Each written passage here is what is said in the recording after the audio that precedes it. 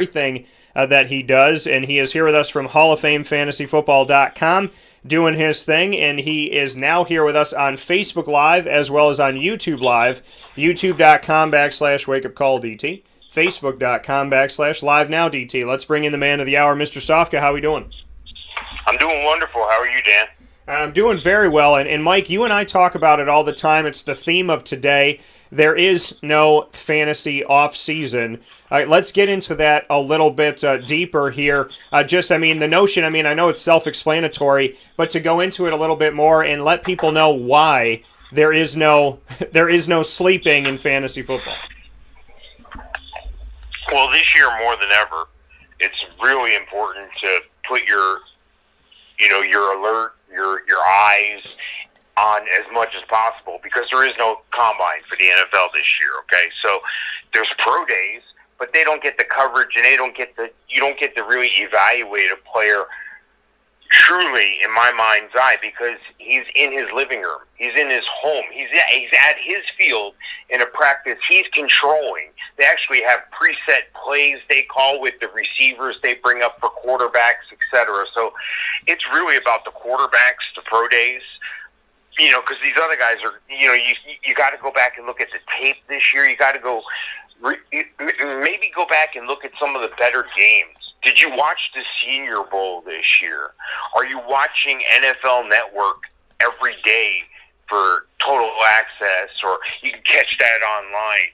Are you looking at ESPN for their takes on the guys coming out, Mel Kiper and company? Are you catching these names? Do you know where Nico college? Do you know where Hunter Long went to college? You got to know these things. And why is it important to know these things? Because on whatever level you're playing, you're going to have the edge. It doesn't take a lot of time. It only takes maybe 15, 20 minutes a day in reality.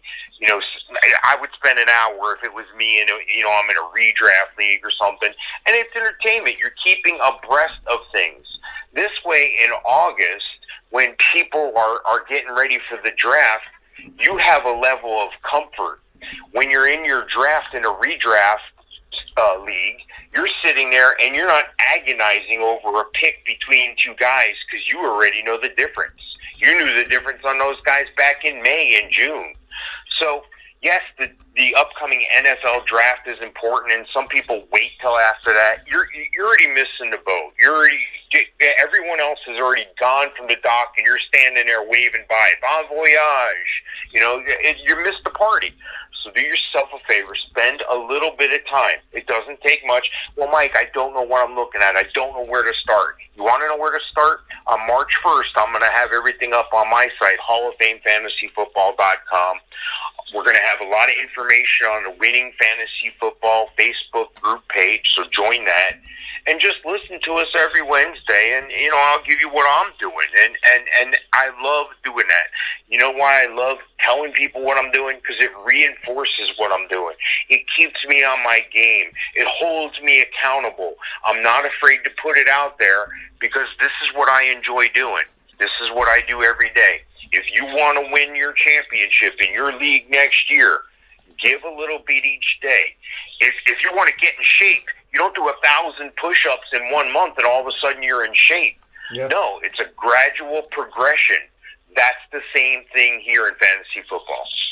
And it's beautifully put what you just said, Mike. And it's so true that you don't like if you do like 10, and the thing about it is, like, if you do, I don't even know, if you do like 100 crunches today, and then tomorrow you go, well, why don't I have a washboard stomach? That's not how life works. Like, I'm gonna do 100 crunches today, then I'm going to stuff my face with candy for 10 days, then I'm gonna do crunches another day, and why didn't I lose 50 pounds? That's just not. It's gradual. Everything is gradual, right? Anything of any merit that's built is built over time.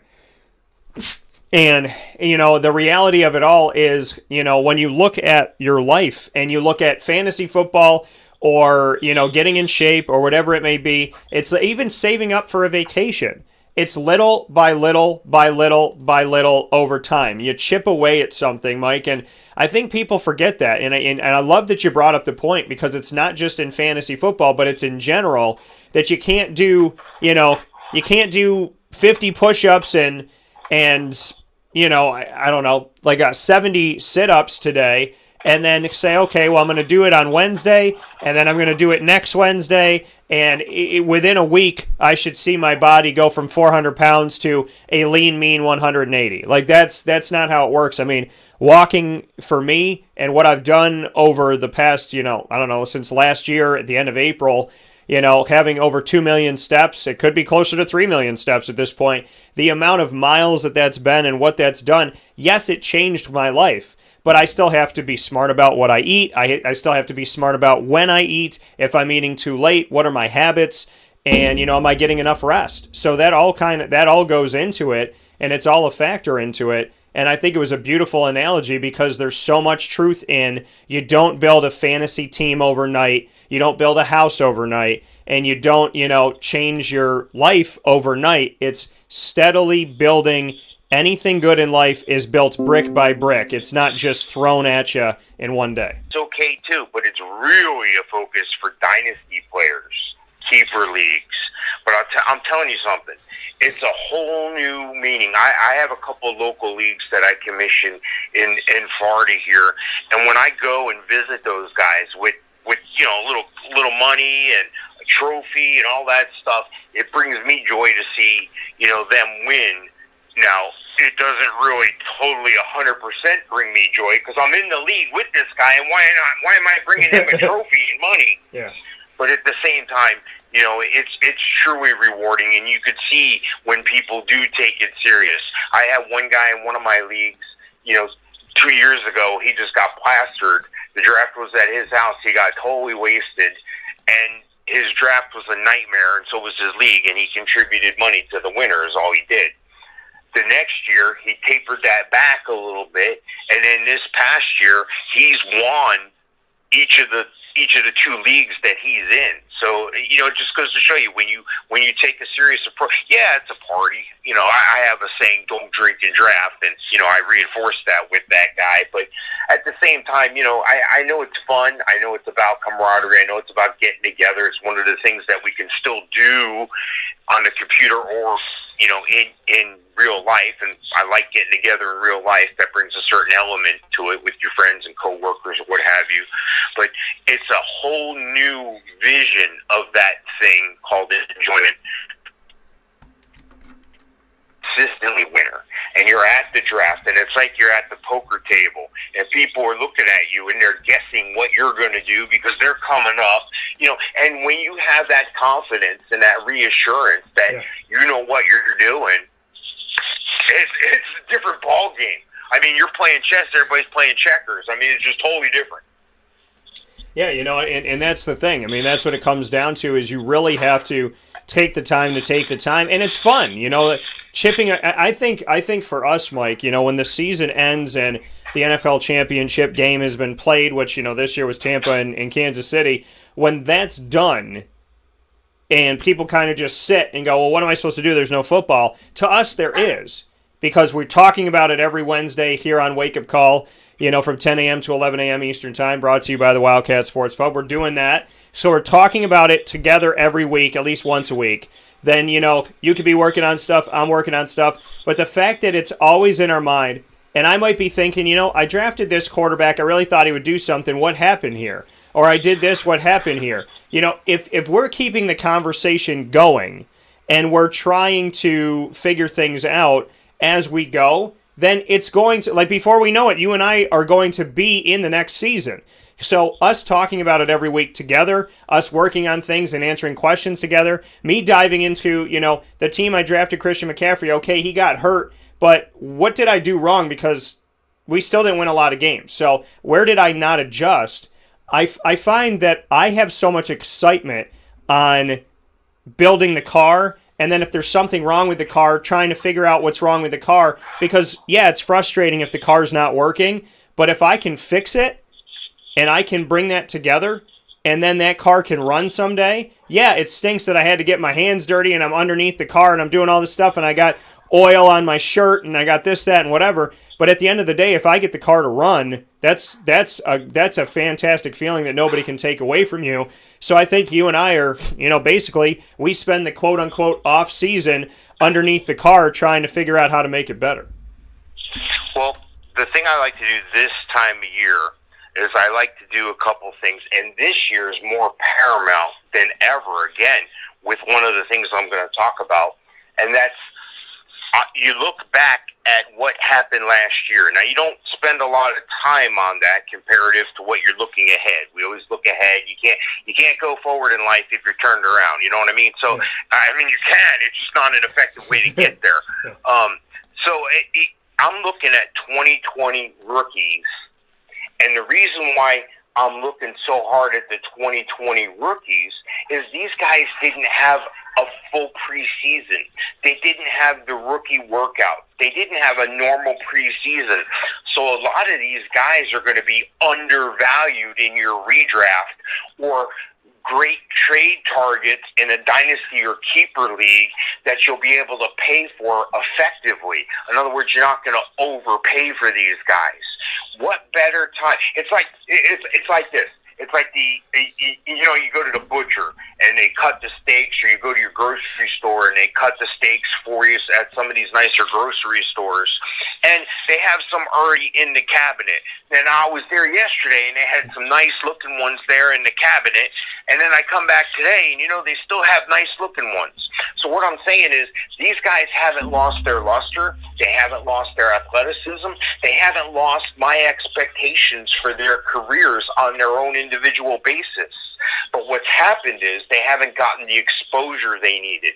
Some of them got late starts. I'm looking at guys, and you look at a guy like Tua. He took over halfway throughout the year. Then you look at a guy like Justin Herbert, and he took over right away. He didn't find out about his start till 15 minutes before game one, and he went out there and did a heck of a job as a quarterback this year. But then I'm looking at a guy at a quarterback like Jalen Hurts. This is a guy who's going to take over in Philadelphia. He's got Jalen Reagor as a speedster. Yeah. He can run the ball. He's a two-way player. But he didn't really take the field till real late in the season. These guys are going to be draft steals for you in a redraft and great targets for you in a dynasty trade situation. So that's just one of the facets. I have a couple others I'll review with you here. But, again, focus on the rookies. I have a breakdown, and you can get the same information I get on the web. Your statistics. You can go to NFL.com. You can go to your league's homepage, and you can pull up their statistics for the last year and do your own analysis. Do where you think these guys were targeted to be, where they were projected to be, and then compare that to how they finished. Then go back and pull up their games. Did they play before week 6? Were they hurt for 4 games? Were they hurt coming into the season? Were they hurt because they couldn't get into the playbook like they needed to? Were they hurt because they were still developing pass blocking skills as a running back? The learning curve as a rookie in the NFL is huge. You got to get on board early. And these guys from last year did not have that advantage. Yeah, and that's the thing is, and it was a lot of that, bringing guys in and trying to figure out, you couldn't do a lot of that. You couldn't do a lot of the shifting and the moving, and you're trying to follow these rules. So, maybe you're not switching around practice squad players. Maybe you're not bringing some extra guys to camp and whatnot. So it's so unique and it's so interesting to see that, that these guys didn't have time, that some guys were left on the cutting room floor because of, the pandemic protocol and maybe things that teams didn't want to have to deal with. What I think makes one of the players that I want to talk about so good as a rookie, and I think arguably he should have been Rookie of the Year because he went from undrafted in the NFL draft in 2020 to what he did. He was one of the most consistent players in fantasy football this season. The team, every game except for the first game, lost it.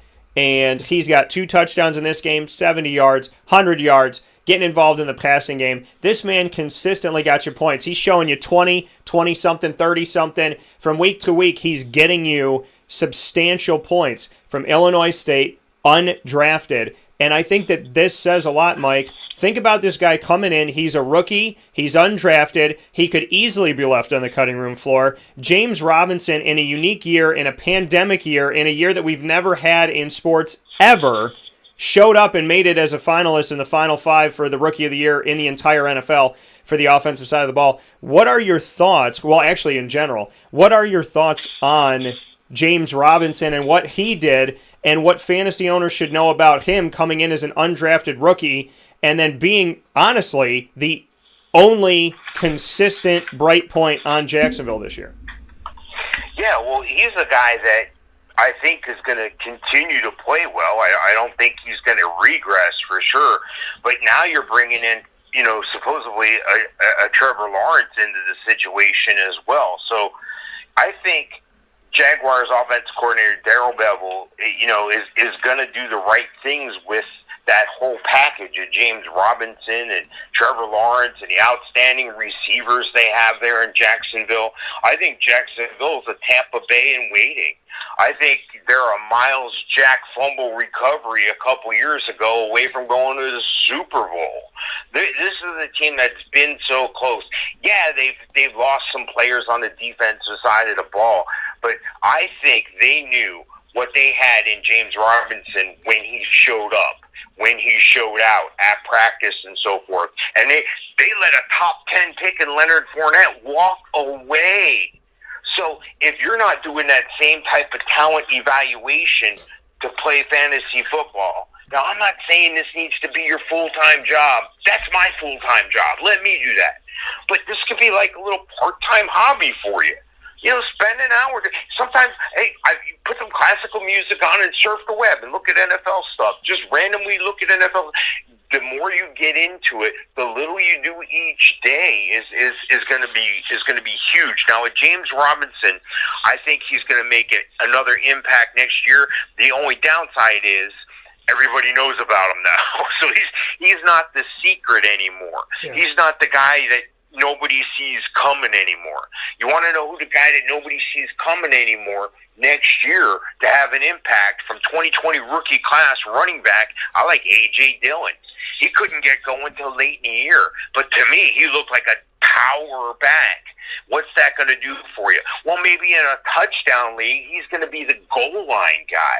Maybe he's going to get more playing time as he becomes more and more acclimated. They have a great running back to go with A.J. Dillon and Aaron Jones, I'm not saying I'm degrading Aaron Jones. I just think A.J. Dillon has that it factor where he can possibly make an impact on your fantasy roster next year in a redraft league as a way late round, probably the third to last pick in your redraft, because we all know you pick your defense and kicker last. So I think with your third to last pick, if you pick A.J. Dillon, you'd be pleasantly surprised next year. Yeah, and that's the thing too is, and you brought up a guy like A.J. Dillon, he doesn't get the credit that he deserves. I covered him when he was at Boston College. I love watching him play. There's so much good to be had there. But you just brought up his name. Why do you think that he could bring people that positive that they're asked? Because he's still going to fly under the radar.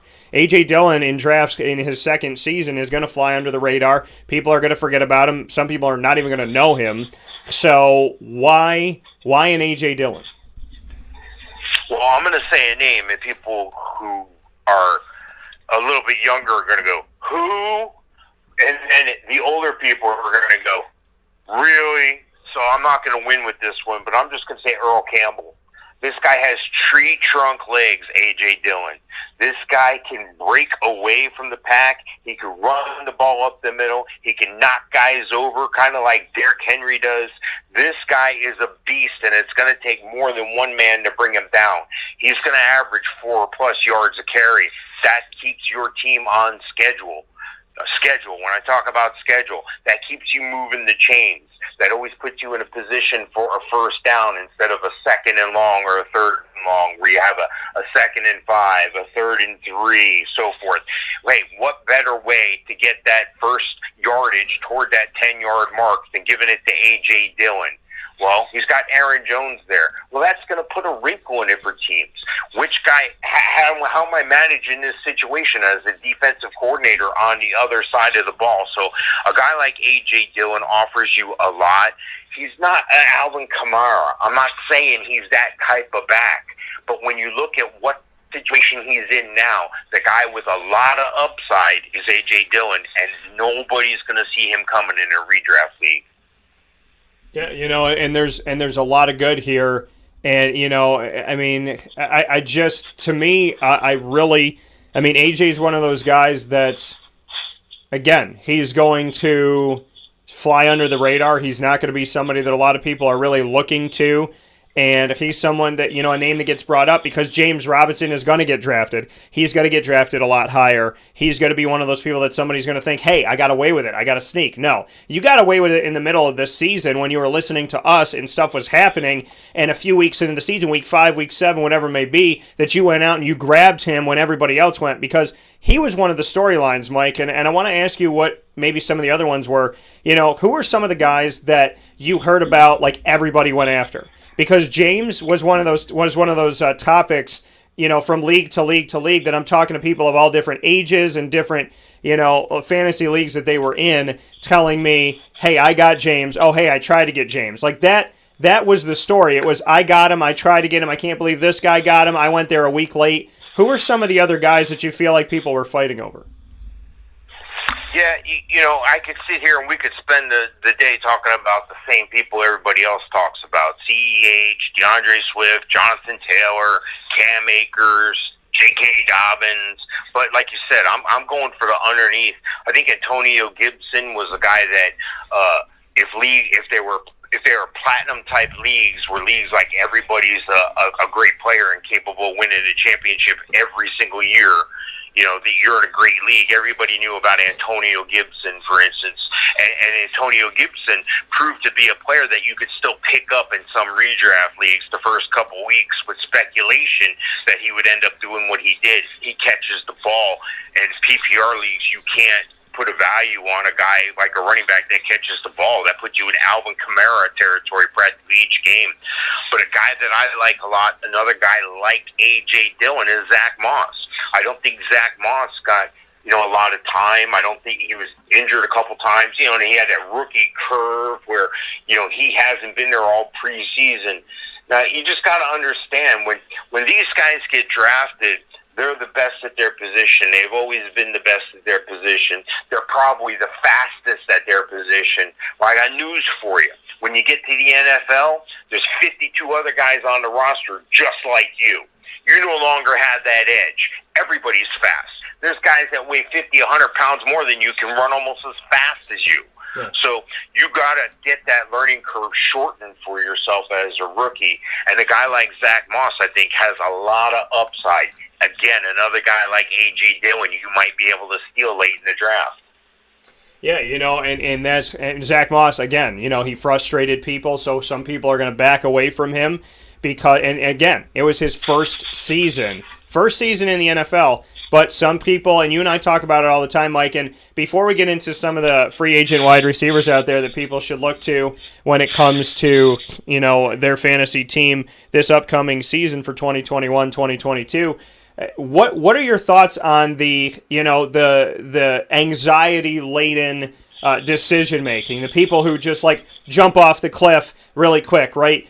Somebody has a really good week and they just go and they get the guy, and the guy, is unheard of. Like, how do you deal with, the expectations? Because sometimes people run at someone way too fast, and sometimes people are really too slow to it, and kind of the balance of that, because we see people want to drop players immediately, and then we see people pick up players immediately after they had one good week or something, like a Scotty Miller, where he was okay, at times, but he wasn't a throughout the season great. And Rob Gronkowski was good in the playoffs, but he wasn't like a throughout the season great. So maybe somebody would turn around and say, oh, you know, Cole Beasley's pissing me off. Let me drop him and pick up Scotty Miller. But Scotty wasn't that consistent, where Cole, outside of, you know, playing injured and whatnot, he was having the best season of his career. So how do you kind of handle the people that are so quick to drop or so quick to pick people up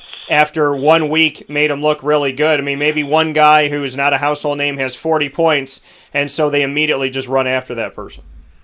Yeah, that first full month, the first 4 weeks or so of a season, I call that overreaction Monday. I love it. I look forward to it. I wake up with a smile on my face on the first couple of Mondays. Get up extra early. I'm rubbing my hands together like, oh boy, I'm getting ready to open the Christmas presents. Let's see what we got. And then you go to the waiver wire and you look and you're like, oh my gosh, I can't believe this guy dropped this guy. You know what the biggest challenge is at that point?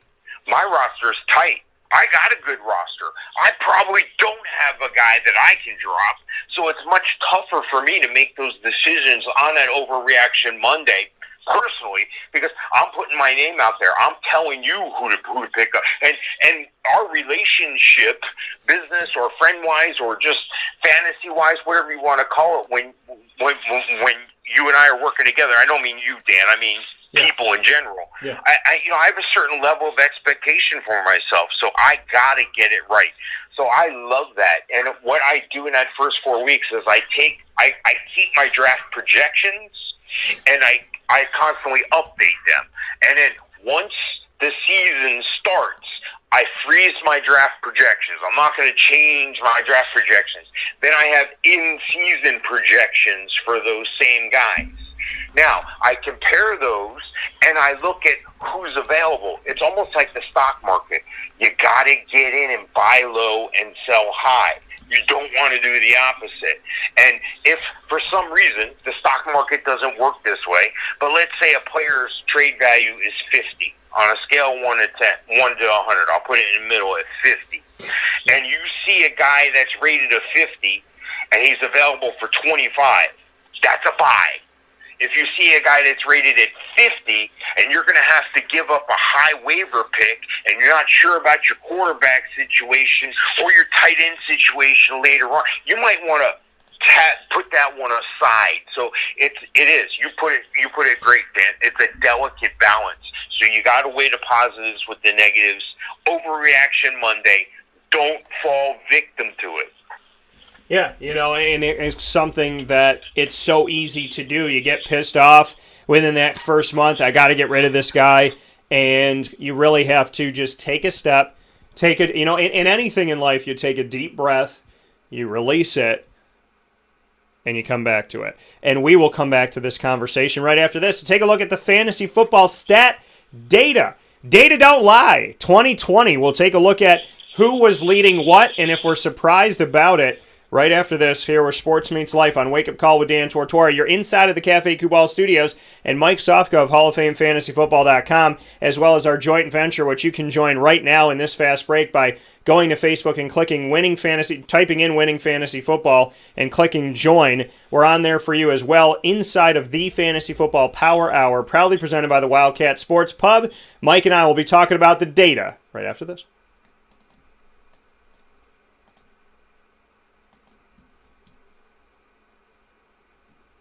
Carvel DeWitt, it's what happy tastes like. Do you know why? Because we make ice cream. Creamy, rich, flavorful ice cream. Not yogurt or iced milk like some of our competitors. Ice cream.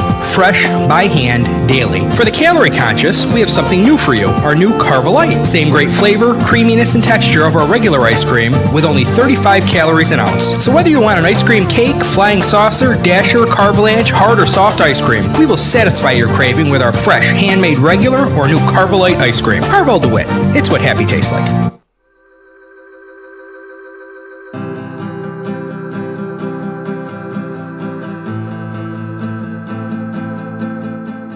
Cafe Kubal offers same-day local delivery of our products, offering no delivery charge for Onondaga County. Shop cafekubal.com for fresh roasted coffee beans, cold brew, travel mugs, and all your essential Cafe Kubal needs. Cafe Kubal. coffee for the soul.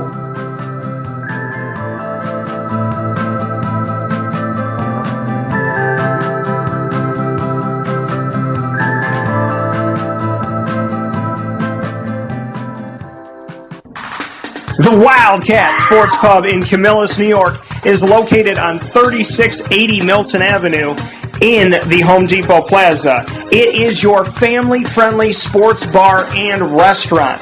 Folks, some sports bars aren't family-friendly. Some family-friendly restaurants are not sports bars. The Wildcat Sports Pub in Camillus, New York is proud to be both. It is that marriage that you've been looking for years. The Wildcat Sports Pub is your home base for your sports bar and restaurant needs, games for the kids, indoor and outdoor activities, and enough things on the menu to come back every single week and get to try something new. They're open Sundays from noon to 8 p.m., Monday through Wednesday, 11 a.m. to 11 p.m., and Thursday through Saturday from 11 a.m. to midnight. For reservations and party information, call 315-487-2222 for the Wildcat family-friendly sports pub and restaurant.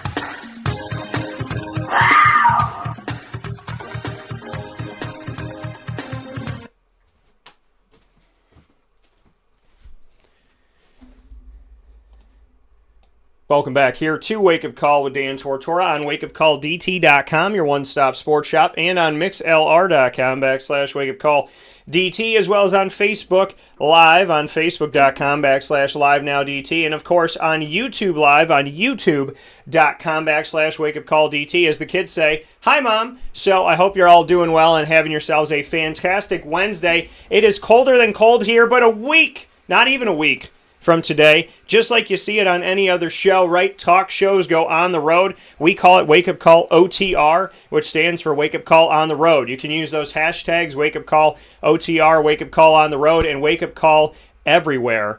And next week we will have 5 shows, all named Florida in Focus. It's our Florida in Focus series.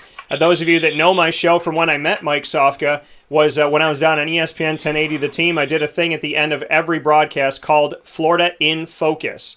And that Florida in Focus, like I told you, when I create something, you know, that is always in the wheelhouse. And Florida in Focus is going to be front and center the entire week that Wake Up Call is down in the great Sunshine State. So we will be honoring so many wonderful people that I know that are based in Florida. Mike is going to have the Wednesday show like he always does, but it's just going to be Mike and I on Wednesday, and I'm very excited about that. So with that being said, let's continue the conversation here in the Fantasy Football Power Hour, proudly presented by the Wildcat Sports Pub, 3680 Milton Avenue in Camillus, New York, and you will obviously find them as well for curbside pickup, takeout, and delivery. The number to call is 315-487-2222. And we're talking today about how there is no off season. Just like there's no crying in baseball, there's no off season in fantasy football. Mr. Sofka coming back into it here, taking a look at some of these stat leaders, and we're going to have more to talk about over time, but I do want to get to one of the things here, and that being the final stat leaders, and we'll go by position here.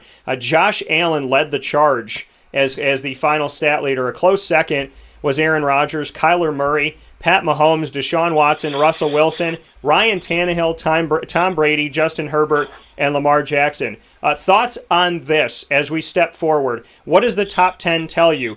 Should we look at Josh Allen as one of the first quarterbacks, if not the first quarterback taken off the board?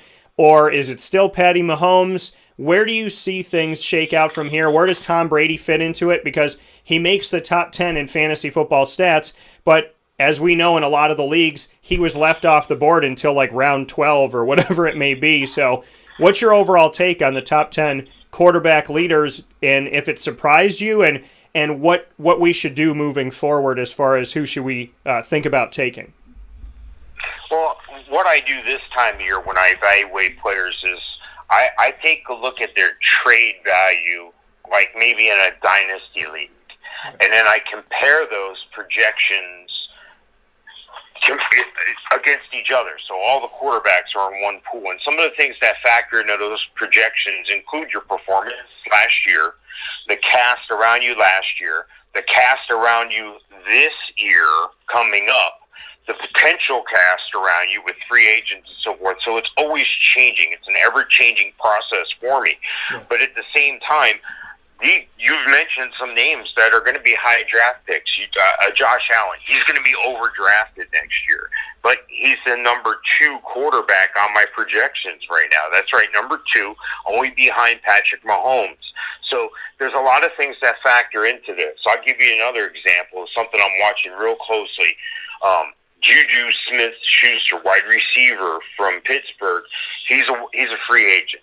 He's being wooed publicly on Twitter. You can check it out. DeAndre Hopkins is like, come on out to Arizona. Now, Juju is a fantastic number 2. Number 1, not so much. He couldn't handle it. It didn't work out for him in Pittsburgh. They have other people to get the ball to. But can you imagine Juju as the 2, DeAndre as the 1? That's almost like rewinding the clock on Larry Fitzgerald back in the day.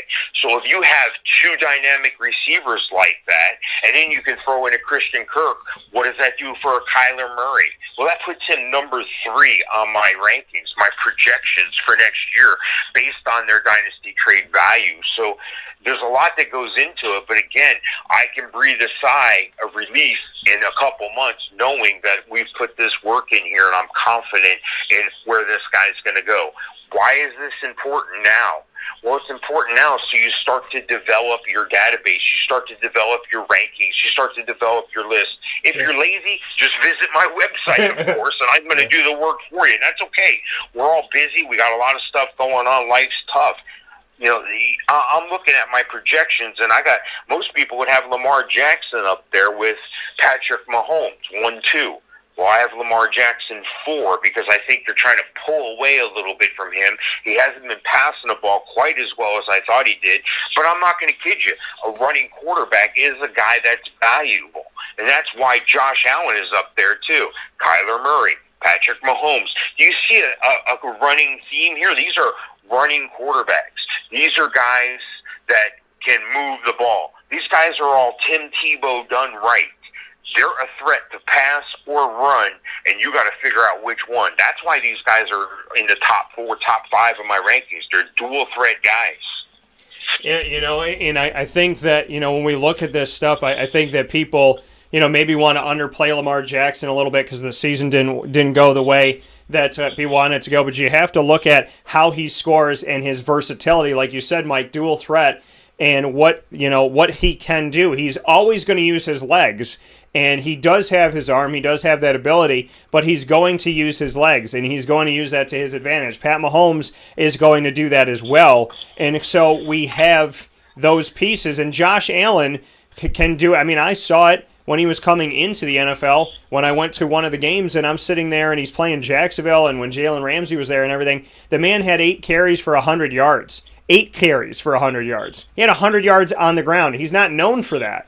But you see that, a quarterback that has the ability to take off, you have to give credit where credit is due, and he obviously has it. So, you got to take advantage of those moments, and you have to pay attention to those moments because, as Mike always says, if you're not looking 2 steps ahead, then you're behind. You know what I mean? And if we don't take the chance to really focus on what's here and to see the things and to make notion of it, you shouldn't be sitting here today saying, hey, you know what? I could see that Josh Allen can run. No, you should already know that he can run. You should already know that he could take off. That should be something that you got in your research and your wheelhouse already. You should be ready for what is coming up, because if you're not ready, then you're going to be left behind. And if you're left behind, then you're going to be frustrated, and you're going to be getting in touch with us in the middle of the season saying, how could this happen to me again? And we're telling you that, we saw the writing on the wall. We'll do the work for you. And we'll have you set and ready to go so that you can do what you need to do and kind of just sit back and enjoy the show as you do every Wednesday from 10 a.m. to 11 a.m. Eastern Time. Mike, looking at the running back side of things, surprised or not surprised at this list of the final stat leaders? Derrick Henry at the top, Alvin Kamara, Delvin Cook, Jonathan Taylor as a rookie for Indy, Aaron Jones, David Montgomery of Chicago, James Robinson, the rookie undrafted from Illinois State, we brought up, number 7 out of Jacksonville. And then Josh Jacobs from Vegas, And then the 2 Cleveland Brown backs make it in the top 10 for final stat leaders, Nick Chubb and Kareem Hunt. Thoughts on the list? Yeah, I put a lot into PPR type projections and scoring. That's what most leagues are going to if they're not already there. But at the same time, you got to look at the guys that aren't those pass catchers. But these guys, right, even if it's not a PPR league, these pass catching guys are getting you additional yardage as well. If they're pass catching back, that means they're out there for 3 downs potentially. If you're one of the top 15 or so backs, and of course we're talking about a Christian McCaffrey. He's going to be undervalued because he got hurt. He should be the number 1 running back again. I don't think that much has been taken away from him due to his injury on his foot. I think or ankle. He's going to be fine. Then you take a look at Jonathan Taylor. Jonathan Taylor is a dual threat guy as well. He had some problems staying on the field, but don't forget, he was a rookie. He was a rookie last year, and I got him projected number 2 right now above Alvin Kamara. Why? He's got an outstanding offensive line. He doesn't have to be leaned on as the 3-down back, but he's going to get 3-down back potential because the third down back is Nyheim Hines, and he's hot and cold sometimes. And the offensive line is there. I'm interested to see what quarterback situation they're going to end up with there. There's scuttlebutt about Carson Wentz going to Indy. So with that in mind, that might boost Jonathan Taylor. You take a look at Alvin Kamara. They're going to lean on him a little more. Drew Brees is probably going to retire. Then you take a look at a Dalvin Cook. Can he stay on the field? Will he be healthy? Then you take a look at Saquon Barkley. Is he going to fully be back from that knee injury? You look at Cam Akers. Again, he was a rookie last year. His numbers are going to be skewed, undervalued. He was hyped last year. But when you compare him stat-wise to other players, he's going to be further down on the list. Running back is the one position that you can take more of a risk at for rookie guys. If you're gonna gamble on a rookie late in your draft, and you're like, geez, I don't know. I got these 2 rookies here. One's a wide receiver and one's a running. Take the running back. Running back guys get churned in and out. They get hit just about every play. Takes a toll on your body. You got guys like linebackers chasing you down and wanting to lay you out. So is this a rookie that is in a good situation? Is he going to get on the field? So these are things you're asking yourself as you're looking at running backs going in. I think a Nick Chubb is going to be outstanding again. I think a DeAndre Swift, another rookie last year, he's going to be a guy that can handle a lot more now, and they're going to depend on him more. Derrick Henry, he's going to be solid as always. Josh Jacobs, are they going to continue to move things in the right direction in Oakland around that offense and around Derek Carr? Is Henry Ruggs going to blossom? Because if Henry Ruggs blossoms, that makes more opportunities for Josh Jacobs. So you got to look at all the moving parts and how they work. Yeah, stats are great. You can look at the top 10 in this. You know what? Everybody's looking at the top 10 for last year. Be different. Look at what your guy's going to do in the future. Yeah, because there's some of these guys that were down on the list, like Zach Moss and Cam Akers, who brought him up. Tony Pollard did some good things with Zeke, having his moments. Leonard Fournette's lower on the list, and he did some good things in Tampa as well. Devin Singletary is down here, and I think Singletary and Moss have something in that Buffalo offense that's high-powered. So there's something to be said about this, and as they're still trying to figure things out with the Rams, Darrell Henderson as well as Cam Akers lower on the list in the grand scheme of things here. Chase Edmonds is low on this list. Nyheim Hines, who's a utility player kind of all over the place on the list as well. Miles Sanders, if they have the right situation, they start to get things going, in Philadelphia, that's another person to look at. So there's something to be stated about looking beyond. Like Mike said, everybody's going to look at your top 10. I'm not surprised that Derrick Henry and Alvin Kamara are at the top, but, Jonathan Taylor being a little bit higher here, David Montgomery breaking in here is also another thing. James Robinson just really came on. And, the Nick Chubb, Kareem Hunt factor, I want to stay on this for a second. Chubb and Hunt, it seems to be working, Mike, because if you draft either one of them or both, you're still benefiting from it. I mean, they're not killing each other. They're not eating each other in fantasy the way that, other situations have been. And so I think there's something to be said here on Nick Chubb and Kareem Hunt that if you have them, they're not canceling each other out like we've seen happen in the past with like a Jeremy Hale and a Giovanni Bernard. Yeah, they seem to balance that situation very well in Cleveland. Alex Van Pelt, is going to be the Browns' new offensive coordinator. So I look forward to how they continue to keep that relationship fresh. It works two ways. Because players get hit like that, well, maybe one guy's having a better game because he's not so hurt. Maybe they can't stop this one guy because he cuts better. Maybe they can't stop the other guy because he catches the ball more. They're in a very fortunate position with Chubb and Hunt because they're basically players in and out.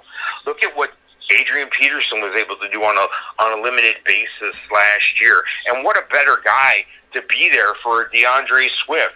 So they're going to continue in the NFL to try to get these 1-2 punches at running back. It's very critical. We talked about Zach Moss. He's going to be sharing the load with Singletary, of course, and that's okay.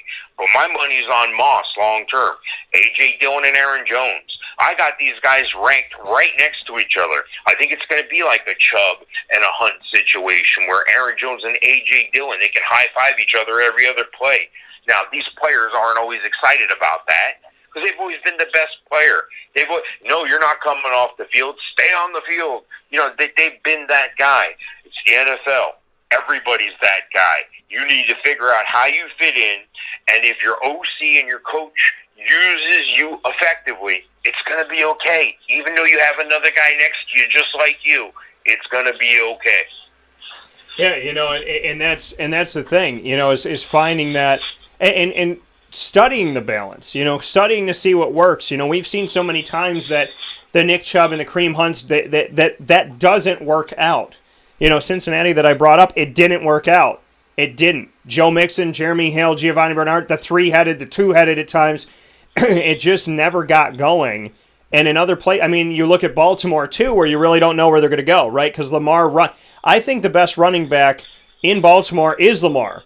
And at quarterback and at running back, I think he's your two best bets. I think he's a better quarterback than he gets credit for, but he runs the ball, and J.K. Dobbins gets involved, yes, but where does Gus Edwards fit in? Mark Ingram just fell right off the list, you know what I mean? So you have to look at the situation. As Mike always said, look at the people that are around the player. Don't just look at the player, look at the people that are around the player. You could have a fantastic wide receiver that's got a terrible quarterback, and without that quarterback getting him the ball, what's going to happen?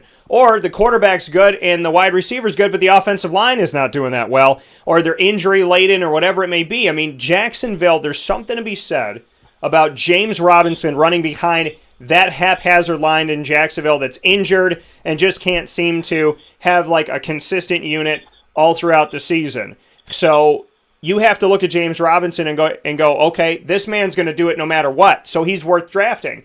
There's other guys like DeMarco Murray in the past where if he was behind this line, he was good. If he was behind that line, he wasn't. So you have to pay attention to that. Guys are going to switch teams. They're going to switch jerseys. There's going to be different things that happen, and you have to be privy to that. You have to really think about, does the Melvin Gordon, Philip Lindsay thing, does that make sense in Denver? You have to really break that down. And when Cortland Sutton comes back healthy and they have him and they have Jerry Jeudy, are they going to be relying on Melvin Gordon? And is Melvin Gordon, has the game passed him, or is he still relevant? So you have to have those discussions with yourself.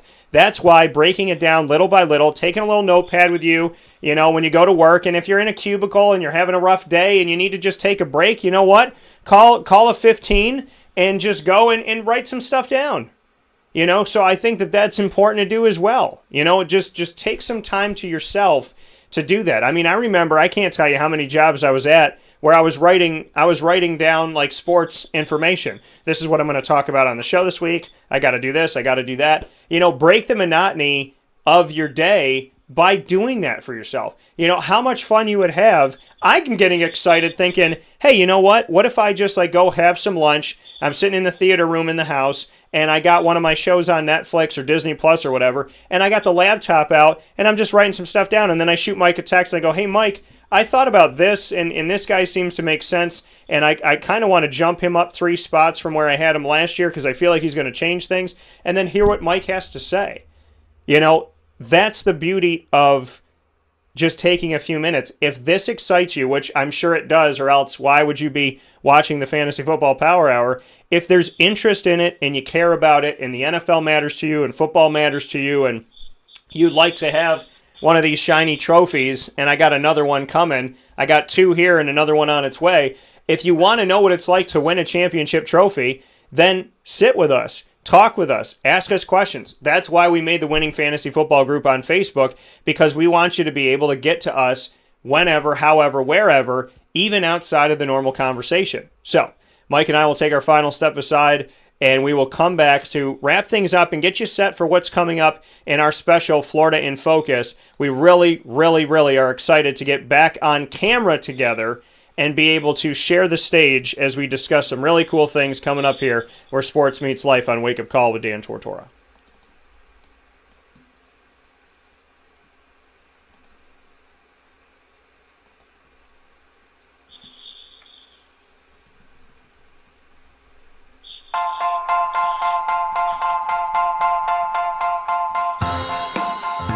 Cafe Cabal Mobile Cafe brings the cafe experience to you. We'll roll out to your neighborhood or office, ready to serve our locally crafted espresso bar to our loyal patrons. Inquire at cafecabal.com. Cafe Cabal, coffee for the soul.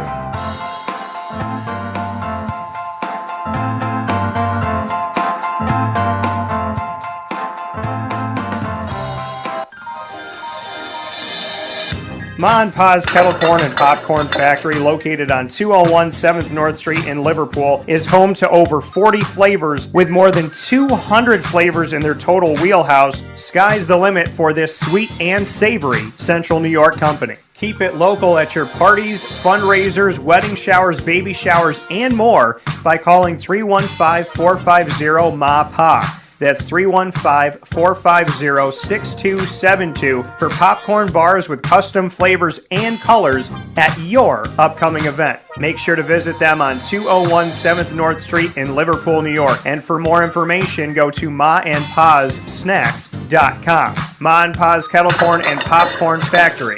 How corny are you?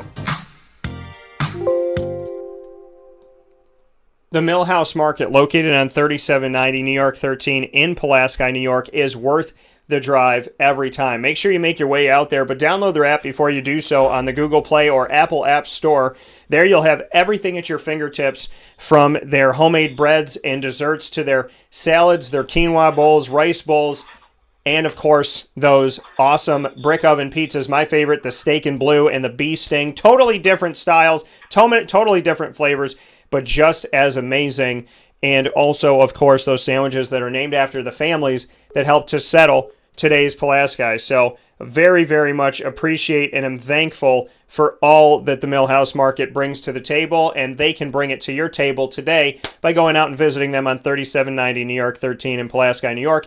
On the app, when you order there, it's contactless pay. You can tip and do everything you need to do there, and then drive right up Tuesday through Sunday to their window, grab your food, and go. On the weekends, the bistro is open inside, so you can sit down and enjoy the new digs that they have, everything that they've worked on through the pandemic. And, of course, they have their general store with local products from local companies. The Millhouse Market is second to none. It's a beautiful getaway, and if you need to just go somewhere different, hop away for a minute, there's nothing like jumping on the highway and getting over to 3790 New York 13 in Pulaski, New York, even if it's just for a simple lunch with somebody that you care about, a meeting that you have, or if it's just some time for yourself in your car. Go out to the Millhouse Market and trust us that it is worth the drive. Absolutely, every time. With that being stated, Mr. Sofka, we got some cool stuff coming up. Let's let people know we're gonna hop into free agency and talk about some stuff in our Florida in Focus. What do you want to focus on in that Florida in Focus conversation? Well, I think there's going to be potentially a lot of free agent movement. There's 32 teams in the league. Everybody knows that. But there's potentially 15 to 20 quarterback changes going to happen. Do you know who they are? Do you know where they're going? So literally half the league is changing the most crucial position on the field. And do you know what's going on? So that, is Carson Wentz going to go to Indianapolis? That might be a good match. Is Dak Prescott going to re-sign with Dallas? Are they going to keep Aaron Jones? Are they going to move on to A.J. Dillon?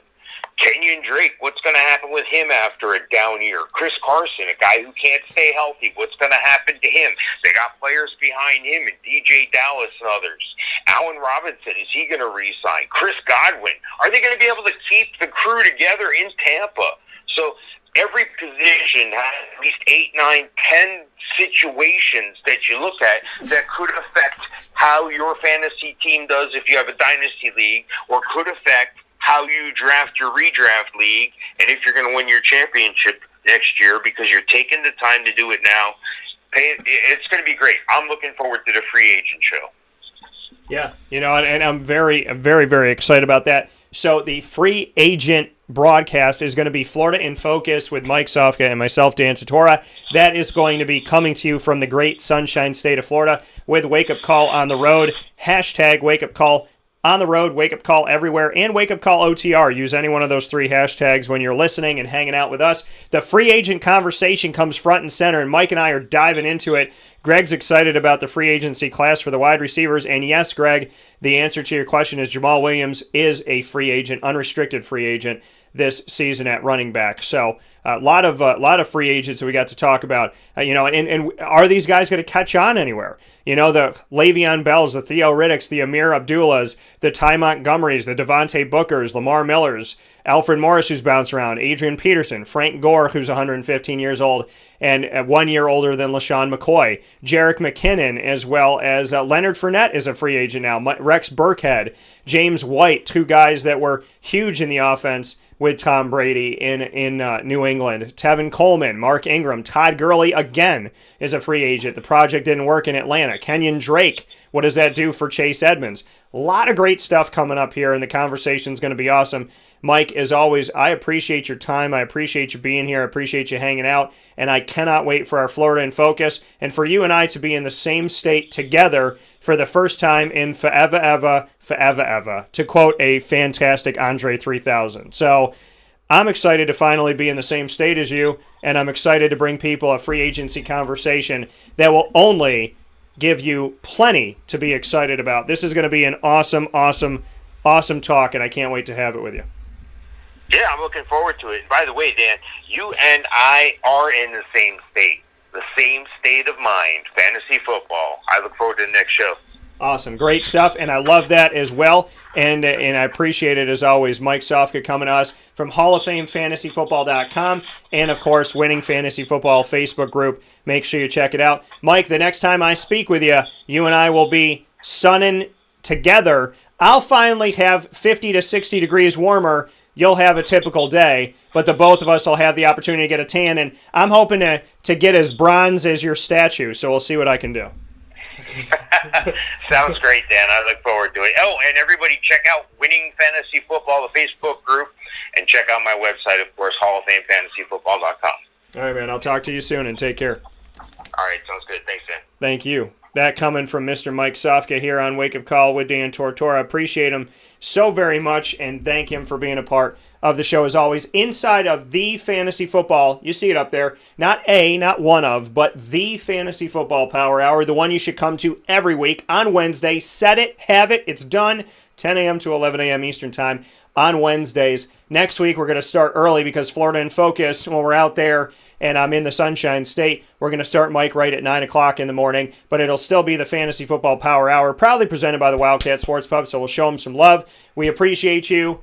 As you know, there is no off-season when it comes to fantasy football, and if you get as excited as Mike and I do, then you should definitely, if you get half of as excited as Mike and I do, you should definitely be listening to the show and hanging out with us and being ready for what's to come, because this free agency conversation we're going to have in Florida in Focus is going to be really, really cool, and I cannot wait to have it with Mike. So very much looking forward to that and can't wait for you to listen and be a part of it on Facebook.com/LiveNowDT and on YouTube.com/WakeUpCallDT. And with that being stated here on Wake Up Call with Dan Tortora, I want to thank you for being a part of the show. I want to thank you for being here every Monday through Friday from 9 a.m. to 11 a.m. Eastern Time. You're watching on Facebook.com/LiveNowDT. You're listening on MixLR.com/WakeUpCallDT. And of course, you can pick us up to listen on wakeupcalldt.com's homepage. You can also pick us up and see us on youtube.com/wakeupcalldt as well for the next couple days before we head on the road for Wake Up Call Florida in Focus time. You could search Wake Up Call with Dan Tortora. We'll be adding shows this week to Stitcher, Spotify, MixLR, YouTube, iTunes, and Apple Podcasts, Podbean, iHeartRadio, and TuneIn. And of course, you can give a special thanks to the community by going and supporting our Central and Upstate New York partners, Cafe Cubal, Carvel DeWitt, Wildcat Sports Pub, K9 Camp Dog Daycare, Avicoli's, where you can use the promo code online, AVS10, that's AVS10 at myavicoli's.com for 10% off all of your online orders. Chick-fil-A Cicero, Honda City of Liverpool, Pizza Man, K9 Campground Dog Boarding, Millhouse Market, and Mon Pa's Kettle Corn and Popcorn Factory. Go to monpaspopcorn.com in any one of the 50 states, and you can use the promo code DT20 to have it shipped to you with 20% off, courtesy of Ma and Pa's and Wake Up Call with Dan Tortora. I hope you have a fantastic day. A big thank you again to Mike Sofka and the Wildcat Sports Pub, and also a big thank you to Rob Seichin making his debut on Wake Up Call with Dan Tortora. Shout out to CNS and shout out to my little sister Franny. I hope you have a fantastic day. I hope you stay safe and stay well, and that you take care of yourself and that you're good to each other. As I put on all of my social media, as we're now on TikTok, if you want to check me out on TikTok, the name is @DTReels. That's my initials, DT Reels, REELS. So you can check me out on TikTok, putting up a positive message there and spreading it through all of my social media about how I'm asking you a challenge. Okay? This is my positive challenge for you. I want you today, whether to somebody you know or to a stranger, go on to social media and send a positive message. Something nice. Could be simple. Could be a thank you. Could be a you look great today. Post something positive today to someone else's feed on social media and watch it go around and spin back in the most positive of ways. You put good into the world, eventually you get good out. With that being stated, I'll talk with you tomorrow, God willing. And as always, God bless, no stress, do your best. G Mama, thank you for being a real one. I appreciate you, and I'll talk with you soon.